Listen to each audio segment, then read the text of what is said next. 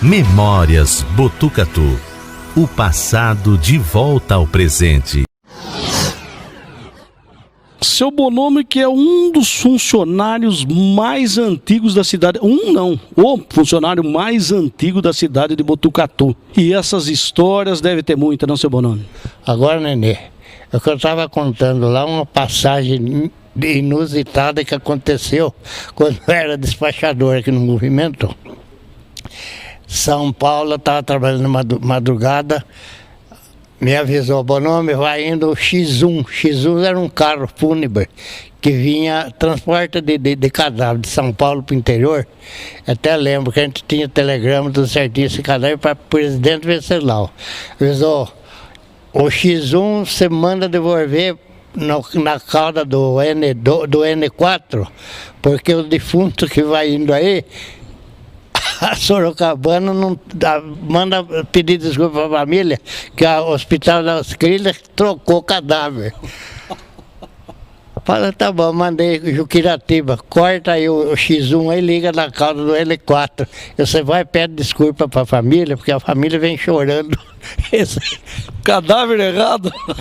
Eu mandei o telegrafista de Juquiratiba pedir desculpa à família que estava no X1 acompanhando o cadáver. Falei, a culpa foi do Hospital das Clínicas. Aí mandei, ligou no turno N4, voltou o cadáver para São Paulo. Saiu uma coisa inusitada, mas aconteceu comigo. Seu Roberto Basso, um dos veteranos também aí, juntamente com o seu Bonomi, né? 31 anos de Sorocabana. Entrei e saí na Sorocabana. O que mais me agravou foi o que eu estava contando ali de uma criança que morreu no meu braço no trem de passageiro.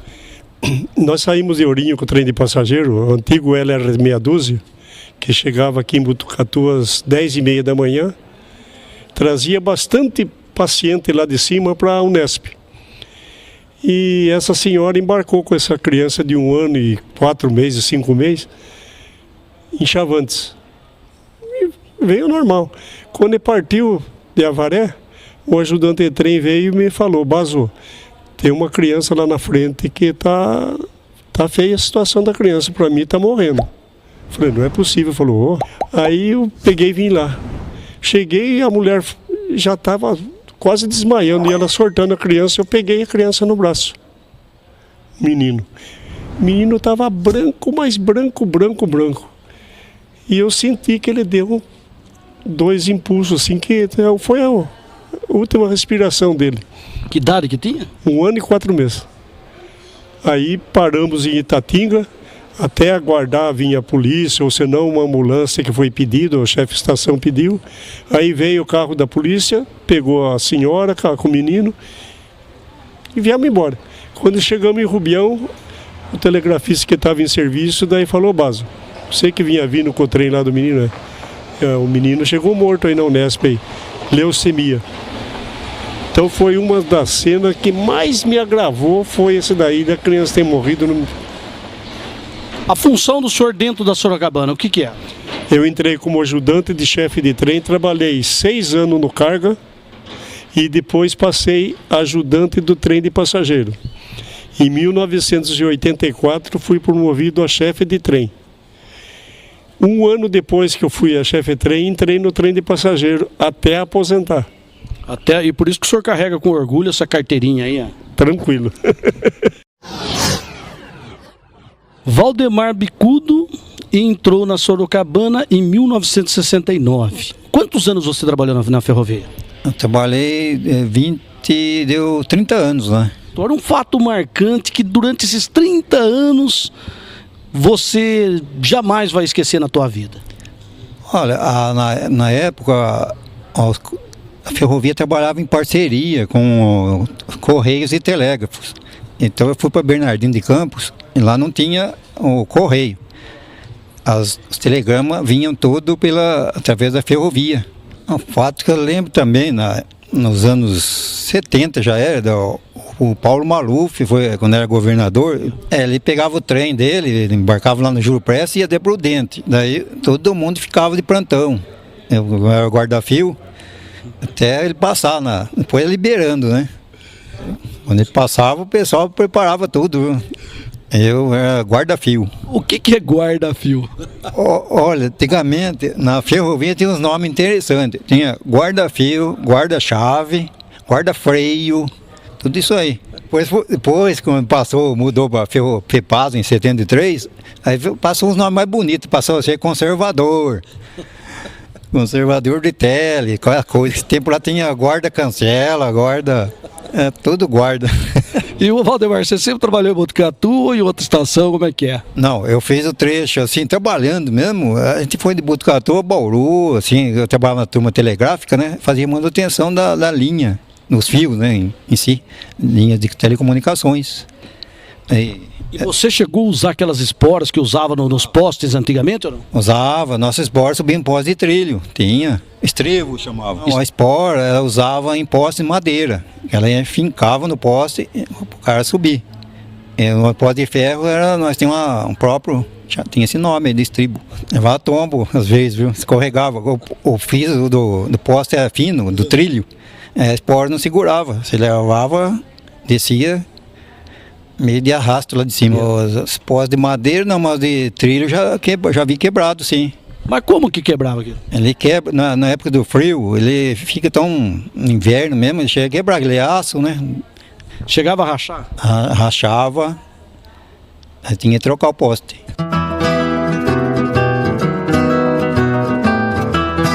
Então eu morava em Serra d'Água, Paula Souza, e tem o seletivo, que o próprio nome está dizendo que é seleto. É só o chefe de estação, quem está em serviço, ou o telegrafista que pode falar.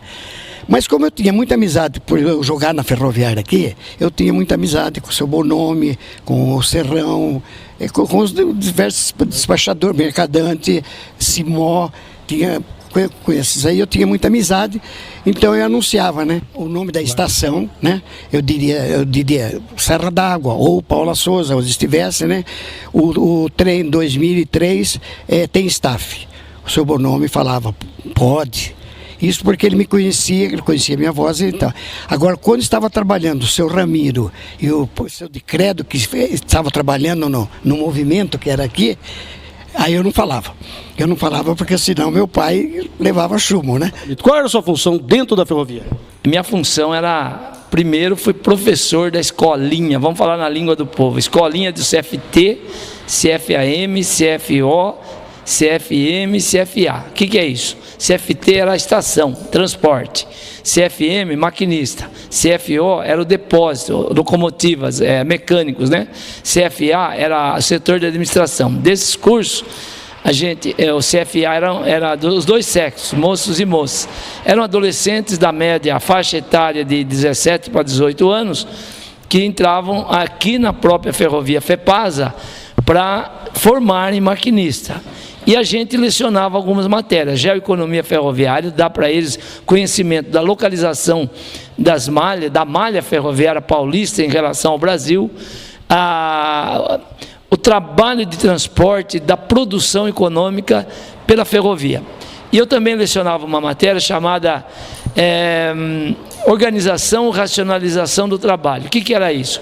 Era ensinar o jovem que trabalhar com eficiência e com qualidade é trabalhar rápido, sem perder tempo, ganhar tempo e produzir mais. E aí eu fui promovido a técnico educacional 2, depois 1. O que eu fazia como técnico? Eu dava cursos de integração de novos funcionários da empresa, eu dava cursos de didática para monitores. Monitor era aquele, por exemplo, o maquinista conhecia muito a sua profissão, mas não sabia dar aula, então eu ensinava a didática para monitor maquinista.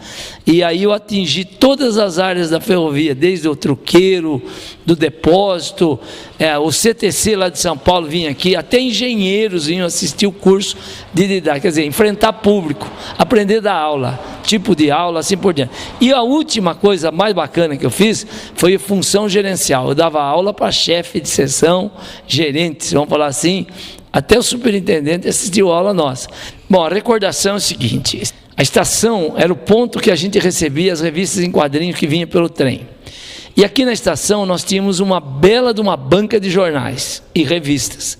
Então, quando a gente, toda semana tinha o dia mais ou menos na quinta ou sexta-feira, chegava o trem trazendo as revistas em quadrinhos. E aqui na banca da estação, antes de chegar lá na Rua Amanda, na banca do Didi, era vendidas as revistas na banca da estação. Quando não, no trem. Então, essa é a maior recordação, ver o trem chegar na estação, desde o tempo da locomotiva Maria Fumaça, depois os trens elétricos, os trens a diesel, trazendo gibis que eu queria comprar, ou pelo menos admirar, né? Nós tínhamos um vagão, um carro de passageiros, que era nosso dormitório. Era um dormitório desativado, que ficou para nós. Então, cada um tinha sua cabine, e se você ia atender um acidente lá em Ipauçu, por exemplo, você ia dormindo. Nós tínhamos um vagão restaurante, que fazia a nossa comida, almoço, janta, e assim a gente vivia. Nós tínhamos as superintendências regionais. Uma era em Sorocaba, que comandava até a entrada do Pátio de Boituva. Da entrada do Pátio de Boituva até Presidente Epitácio, incluindo o ramal de Bauru, que é esse ramal que sai de Rubião, vai até Bauru, era tudo Botucatu que comandava. Era a Superintendência Regional 2 de Botucatu. E aí, todo mundo conhece, o Dr. Nelson Saad, foi superintendente aqui, e comandava tudo isso. A minha divisão, por exemplo, que era a divisão de manutenção de locomotivas e vagões e de equipamento, abrangia também até Presidente Epitácio. Eu tinha equipamento no Porto Epitácio como sugadores, transportadores de correia e para carregar vagão de soja, né, que vinha pelo rio. E aí no porto passava para o trem. Eu tinha um depósito de manutenção em Assis, que lá tinha outro engenheiro que era meu subordinado, que trabalhava comigo. Aqui em Botucatu eu tinha mais um que todo mundo conhece, o engenheiro Roberto Colense, que hoje é diretor da FATEC, trabalhou comigo aqui em Botucatu. Então era toda essa região do Botucatu que comandava. Fato curioso é que em Palmital, eu era despachador em Assis, em Palmital uma locomotiva a diesel que vinha vindo de Ourinhos para Assis, avisou a estação que em tal quilômetro a rede aérea estava arriada. E logo atrás vinha vindo o passageiro. Agora, para mim providenciar o socorro para ir lá e normalizar a rede aérea, eu ia atrasar pelo menos umas 2 horas o trem de passageiro. Então o que eu fiz? Falei com a estação: fulano, para o trem aí e o maquinista vem falar comigo, que eu quero transmitir a ordem direto para ele. Então eu combinei com ele, falei: fulano, lá no quilômetro tal, poste tal, a rede aérea está arriada. Vamos combinar da você dar velocidade no trem, abaixa os pantógrafos e quando passar você liga outra vez. O que seria pantógrafo? Locomotivas elétricas, ela tinha 2 pantógrafos. 2 pantógrafos, ele tinha o formato assim de um losango. Cada uma delas no formato de um losango. E em cima ela tocava na rede aérea. Então a rede aérea que transmitia a voltagem, 3.000 volts, abastecia a locomotiva. Então nós fizemos isso aí, tivemos sucesso, quer dizer, daí eu mandei o socorro com tempo de sobra. Certo? Então, como digo, ninguém falou que eu estava certo. Também ninguém falou que estava errado. Certo? Então, mas para mim, graças a Deus, porque se no momento que devia baixar, ele atrasou um pouquinho, ele ia enroscar na rede aérea. E daí a coisa podia perder muito. Eu aplaudi a mim mesmo. Seu Jairo José dos Santos, ele que tem uma maquete aqui na cidade de Botucatu, aliás, lindíssima. Eu tenho uma história, 2 histórias. Uma de um trem de boi, que desceu a locomotiva quando saiu do corte de pedra aqui de cima para cima da Serraria Anônima, ela acabou o freio. E chegou na curva da serraria, ela não fez. Então ela fez a curva, mas o trem não fez. Sortou os trens de boi, as gaiolas de boi, tudo na parede da Serraria Anônima. E quantos bois tinha na época lá? Cada gaiola carregava 18 cabeças. E tinha acho que umas 20 gaiolas. Mas só que quebrou 3 só. Alguns bois das 3 gaiolas escaparam, saiu boi pro bairro, correu boi aí por perto da igreja, outros morreram na batida, né? Então, naquela lá, do lado da linha ali, acho que deve ter até marca na parede ainda, onde bateu o trem lá. Só bateu as gaiolas. A outra história é que em 1948 eu fui trabalhar em Rodrigues Alves e conheci. Lá eu tive 3 namoradinhas. Uma delas foi a minha esposa há 50 anos. E marcamos, eu e o outro telegrafista, Valdemar, que trabalhava comigo, ele se casou com a filha do Silvio Cross, que era dono da venda lá, a venda principal que tinha ali. Então, como o dinheiro era pouco, o ordenado não era aquelas coisas, então faltava dinheiro para o casamento. Eu e ele empreitava vagão para carregar vagão de café. Domingo, sábado, fora da hora de serviço. Por exemplo, 500 sacos no vagão, a gente fazia o preço que eles pagavam para os carregadores. Punha na cabeça e ia no vagão. Quantos quilos pesava um saco de café? 60 quilos. Carregou muito saco? Muito saco. Muitos vagões a gente carregou lá, viu? Outra história engraçada, a história da banana. Essa é boa. Essa da banana, o tempo do Hugo Borg, todo mundo deve conhecer, ele era candidato a governador. Viu? A primeira coisa que ele andou falando, que ele não tinha voto de marmiteiro. Marmiteiro é que os funcionários da Sorocabana. Todo mundo. Depois, na outra eleição, ele mandou trem de banana, não uma banana mesmo. Uma banana espécie. Eu trabalhava em Vitoriano naquele tempo, eu com um vagão de banana aí, viu? Quer dizer que o senhor passou o mês inteiro comendo banana, não? De banana, era de graça. E que tipo de banana era? Boa banana ou não? Maçã? Banana ouro, banana nica. Essa história eu vou contar para você, política assim mesmo. O senhor lembra quantas caixas de banana veio? Ou quantos vagões? O vagão inteiro. Então esse dia ficou conhecido pelo Dia da Banana. Dia da Banana. Não é banana assim, foi banana.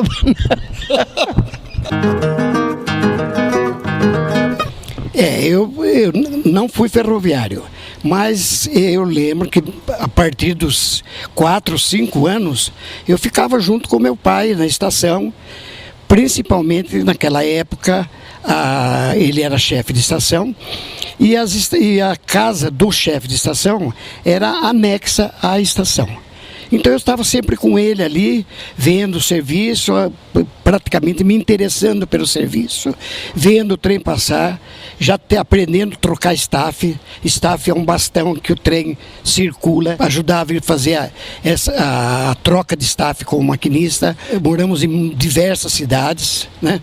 Meu pai foi chefe ele começou em Garça, Bauru, onde eu nasci, Avaí, onde minha outra irmã nasceu.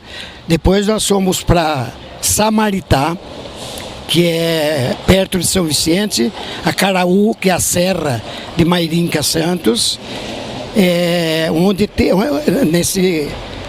nesse trecho de Mairinca Santos existem 32 túneis e 44 viadutos. É uma coisa mais linda, é o trem circundando a serra todinha. É coisa maravilhosa a Serra de Mairinca Santos. E o senhor viu aquele acidente, o senhor chegou quase a presenciar, como é que é essa história? Então, e justamente, nós viemos vindo para cá, então viemos vindo, Avaré, etc, chegamos em Rubião. Em Rubião, meu pai aposentou, veio para cá, e eu sempre estudei aqui no IECA, né?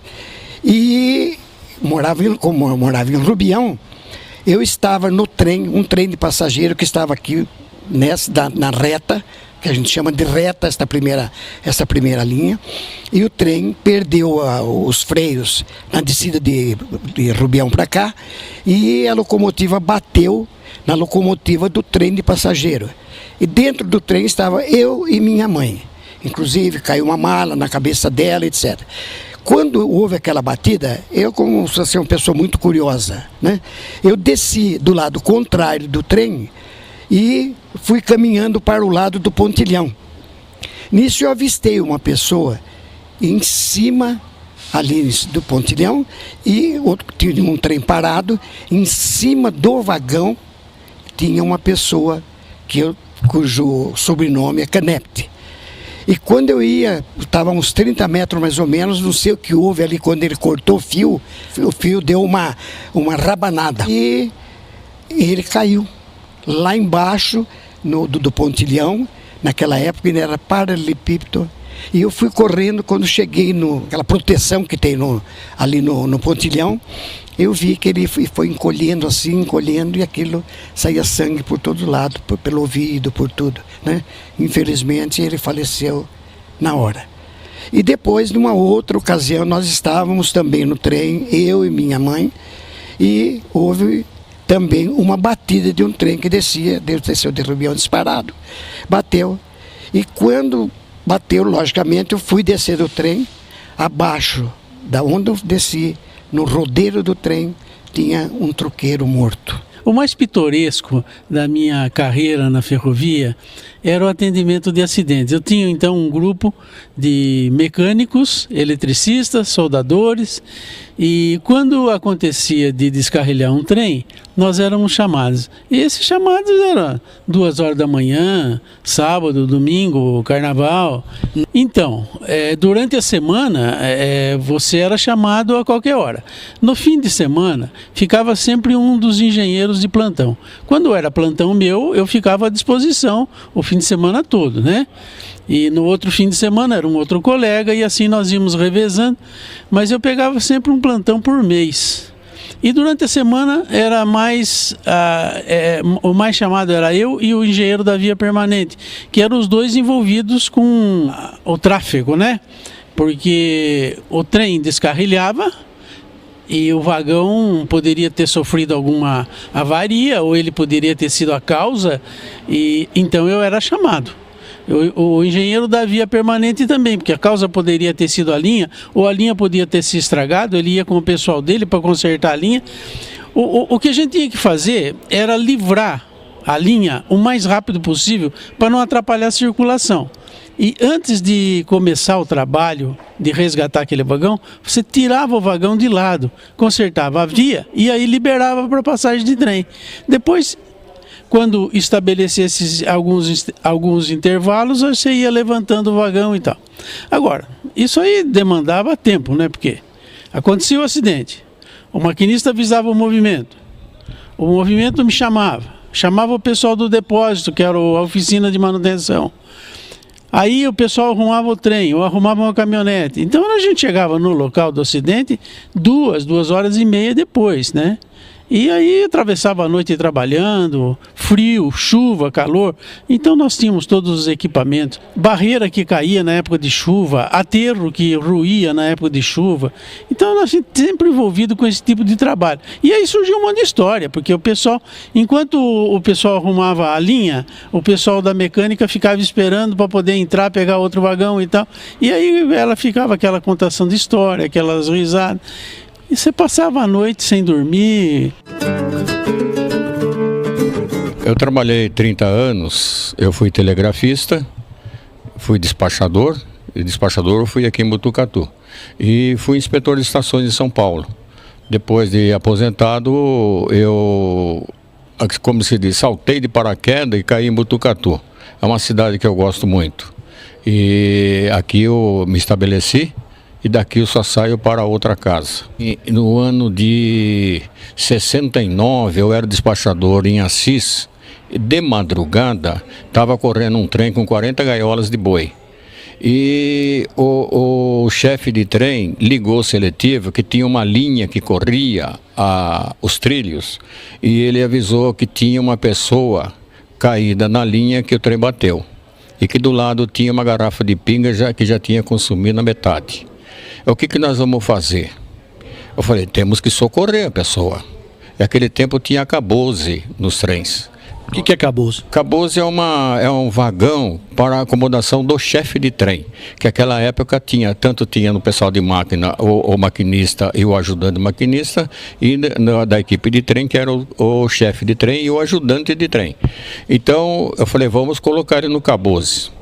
E aí ele, para a segurança dele, falou, o senhor dá um telegrama autorizando por a mão dele? Falei, dou. Então dei o número de um telegrama.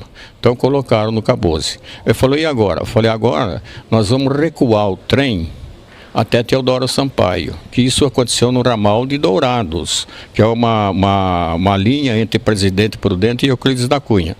Então, eu falei, nós vamos recuar o trem até Teodoro Sampaio, que tem mais recurso, e lá eu providencio uma ambulância e um médico para esperar. E daí falou, o senhor dá o telegrama? Falei, tenho que dar. Então dei o telegrama para ele. Então aí foi uma das coisas que o trem foi de recuo com 40 gaiolas de boi e passando por estações intermediárias. Isso aí dava mais ou menos uns 28, 30 quilômetros. Que à noite as estações fechavam e travava com cadeado a chave. Quer dizer, se um vagão desse aí cai numa chave, caía tudo. E daí? Então, graças a Deus, conseguimos chegar a Teodoro Sampaio, socorrer a vítima, e no dia seguinte ele já estava com vida. Quer dizer, a minha chefia soube do fato, que eu tenho que relatar, e não falou que eu estava errado e não falou que eu estava certo. Quer dizer, que se eu levo o homem para frente, podia não dar tempo e ele morrer. E daí eu falo, por que não recuou o trem?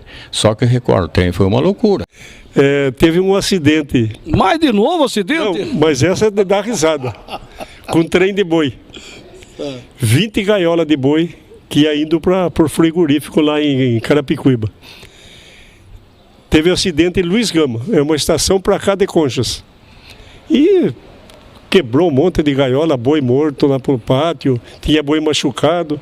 E um desses boi estava caído com a cabeça dentro do bueiro. Não, tinha uma galeria que passava por baixo da linha. E o boi caído com a cabeça dentro. E um dos trabalhadores da via permanente que estava no pátio subiu em cima do boi e pegou nos 2 chifres dele, sacoalhava e falava, pula, sassarento, pula, sassarento. O boi levantou com ele. Não acredito, o boi levantou? O boi levantou, só que o boi saiu correndo para o lado de Conchas e ele veio correndo para o lado da estação. A plataforma acho que dava um meio metro mais ou menos, ele punha a mão e não conseguia subir, ele gritava, me ajuda, me ajuda. Então é uma coisa hilariante que até... Achou que o boi estava atrás dele? Uma outra foi que eu recebi o trem aqui na plataforma. O colega que entrou para mim... Aqui em Botucatu? Aqui em Botucatu. E que entregou o trem para mim, ele falou, Basso, tem um rapazinho aí que dá 1,5 metro mais ou menos, mas disse que é valente e quer brigar. E falei, pô, você não chamou a polícia para tirar ele aqui? Falei, não, mas ele está dormindo. Falei, tá bom. Passou o primeiro túnel aí. E ele estava comendo com o homem de 1,5 metro dormindo. Dormindo. Passou o primeiro túnel, o ajudante veio e falou para mim, Basso, tem um baixinho lá na frente, tá querendo brigar com todo mundo. Eu falei, mas meu Deus do céu, já? Fui lá, ele estava na plataforma ciscando. Que não sei o que, eu falei, eu sei que diz que é bom de briga. Eu falei, por que quer brigar comigo? Eu falei, não, nós vamos parar numa estação que tem agora aí. Tem um cara lá, ele dorme lá na plataforma. É bom de briga. Você desce do trem, vai lá, mas chega já chutando ele, hein? Pode deixar comigo, pode deixar. Ele estava embriagado ou não? Não. Ele era desse jeito mesmo? Desse jeito mesmo. Parou, só que a plataforma do carro parou bem na ponta da plataforma, aqui atrás. E ele desceu, eu falei, ó, atrás ali da estação, ele está deitado lá. Já desce chutando o camarada. Ele vai lá chutando. Quando ele foi indo assim, eu já olhei para o ajudante de máquina lá e dei sinal para o trem partir. Toca embora que ele vai dar mais trabalho ainda, né? Partiu sem pitar, né? E fechei a porta depressa. Nossa, esse rapaz, ele dava pulo na plataforma, eu queria pegar o trem, mas já estava em velocidade e ficou lá. Fomos até Sorocaba, que a gente ia, na volta, quando chegamos lá em César Neto, na volta, o chefe da estação falou, ô Basso, que bomba que você largou aqui para nós, hein? Falei, por quê? Ele falou, cara, você largou aí, quase que me quebra a porta da minha casa aqui, chutando, chamei a polícia, ele derrubou os 2 soldados da viatura aqui na plataforma. Nossa, mas o homem era bom de briga mesmo. Disse que era bom de briga. Derrubou os 2 soldados aqui na plataforma, daí conseguiram dominar e levaram ele embora. Tem uma que não pode contar, né? Mas conta só um pedacinho, a gente vai fazendo os cortes lá. Não, então tá bom. Eu fui num lastro que fazia manutenção da via. Vou contar o santo, mas... Não conta? Isso, não vamos... Conta só o milagre. Então na volta paramos em Rodrigues Alves. Perto de São Manuel. Perto de São Manuel. Era 7 e pouco da noite. Aí veio lá o rapaz trazer a licença, que era para nós vir embora para São Manuel. Quando foi partindo, o maquinista viu um cabritinho de lado da máquina. Ele desceu e pegou o cabritinho e pôs na máquina. E viemos embora. Quando chegou em São Manuel, que a gurita era na entrada do pátio, era logo depois daquela passagem de nível. O portador estava lá e gritou: sorta o cabritinho que a polícia está esperando vocês aí. Ele abriu a fornalha da máquina a fogo e jogou o cabritinho vivo lá dentro. Vivo lá dentro? Nossa Senhora. E a gente conhecia do Botucatu, mas não precisa falar o nome. Não, era maquinista aqui. Chegou na plataforma, a polícia lá esperando. Que não tem cabrito? Cadê o cabrito? Não tem cabrito. Que cabrito? E o cheiro? Não sei o que cheirar. Queima direto. O senhor acha que nunca viu uma máquina a fogo, a fornalha? Não, nunca viu. É uma coisa feia. É um tamborzão que acho que dá uns 3 metros mais ou menos de largura. É só brasa lá dentro. Nossa, então não deu nem tempo dele respirar. Acho que o bicho não berrou. E outra coisa também muito interessante é dessa estação aqui, muitas vezes, praticamente quase dormi nessa sala de espera aqui, porque eu estudava no IECA e eu vinha às 4 horas do treino, às 4 horas da madrugada, ficava sentado aqui até às 7 horas para depois de fazer ginástica, depois voltar para Rubião, trocar, voltar para assistir a aula, para depois voltar novamente para Rubião, às vezes a pé. E depois, à tarde, quando saía às 4h30, se tivesse um trem lá de carga, eu ia até lá no pátio para ver se tinha um trem de carga, para subir. Se não tivesse, eu batia a pé aqueles 5 quilômetros. Olha, eu falei, que nem eu falei lá, eu não tenho muito vontade, porque comigo, com tudo alegria, acontecendo a maior maravilha, não tem história triste, não tenho nada. Não perdi uma unha sequer num acidente, nunca se carregou um trem comigo, nada. O senhor era o quê, maquinista? Era maquinista. Fui ajudante, trabalhador de linha, segui carreira, né? Aí eu vim para ajudante maquinista, aí fui para Barra Funda, Cantareira, a extinta Cantareira, acabou lá em 65. Aí eu vim para Barra Funda. De Barra Funda eu vim para Sorocaba, Mairinque. Aí chegando lá aposentei, mas correu tudo bem, eu tenho orgulho, barbaridade. Eu queria, não dá nem para falar, porque a gente vê que está aí essa situação, e o que nós fizemos, nós trabalhamos com amor, nós não ganhávamos muito não, nós trabalhamos com amor na ferrovia. E hoje, infelizmente, você vê o que está aí, enfim, não dá. O senhor era do tempo que deixava descontar no Olerite para construir o hospital também ou não? Eu descontou, eu sou desse tempo. O meu tempo foi ambulância, que eu lembro, né? Cada um contribuía com alguma coisa no Hospital Sorocabana? Isso. Eu vou contribuir com um dia de serviço para comprar ambulância. Que quando o hospital não era ferroviário. Que acabou o tiro de guerra, entrei na ferrovia. Aí ficou nessa vida aí. Não tenho palavra para dizer, que a emoção é tão grande, mas eu tenho bastante coisa para contar que se falar a gente até chora. E não dá para falar mais nada. Só ficou a saudade? Só a saudade. Memórias Botucatu. O passado de volta ao presente.